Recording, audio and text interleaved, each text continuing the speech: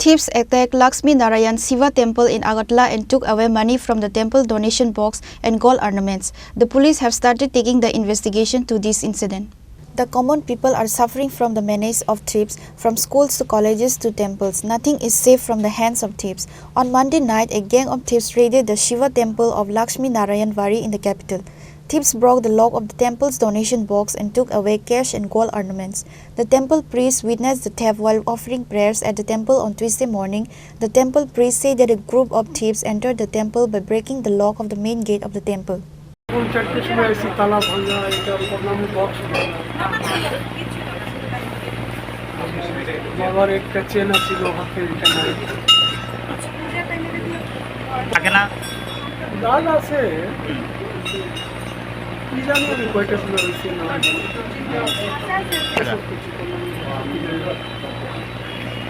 তালা পাইছে হ্যাঁ তালা